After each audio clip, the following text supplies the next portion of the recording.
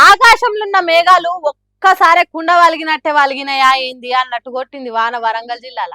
అబ్బాబా, ఆకాశానికి భూదేవికి నడుమిట్లా నీళ్ళ నిచ్చెన వేసినట్టే కొట్టింది భారీ వాన. 12 గంటల గ్యాప్ లా 92 మిల్లీమీటర్లకు ఎక్కువ వాన కురిచిందంటే పరిస్థితి ఎట్లున్నదో చూడుండ్రి. అటు హన్మకొండ, ఇటు వరంగల్, ఇంకో పక్క కాజీపేట ట్రీ సిటీలల్లా ఉన్న కాలనీలు మొత్తం నీటి కాలువలైనాయి. ఏడ చూసినా నిండిన నీళ్ళే. ఇండ్లు, షాపులు, బళ్ళు, గుళ్ళు ప్రతి ఒక్కటి మునిగినాయి.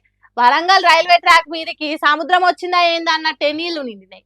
గిట్లుంటే రైలు వచ్చుడు పోవుడు నడిచే కథనేనా? అందుకే రైళ్లను ఆపేసిండ్రు. ఇక ఇండ్లకు నీళ్ళు వచ్చిన జనాలు కష్టాలు చిన్నగా లేవు. నడుముల లోతు నీళ్లున్న బాయిలకు దిగినట్టే అయింది. సరుకులు, సామాన్లు అన్నిటికన్నీ తడిచినాయి. పాములు, జర్లు, ఫ్రిడ్జ్ ఖరాబ్ అయింది, బోర్ ఖరాబ్ అయింది, కూలర్ ఖరాబ్ అయింది. మొన్నసారి సార్ ఎవరు పట్టించుకుంటలేరు. మాకు నీళ్లు రాకుంటే ఏదన్నా చేయాలి మీరు. మాకు ఏది లేదా కోరిక, మాకు నీళ్లు రాకుంటే చేయండి.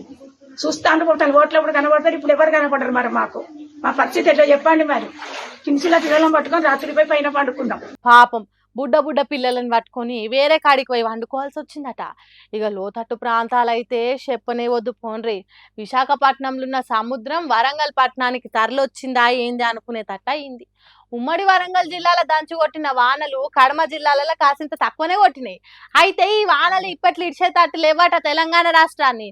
12, 13 డేట్లల్లా ఖమ్మము, మహబూబ్ నగరు, కరీంనగరు, సిరిసిల్ల, సిద్దిపేట, రంగారెడ్డి, వికారాబాద్ జిల్లాలలో పొట్టు పొట్టు ఒట్టుడు కొడుతుందట వాన.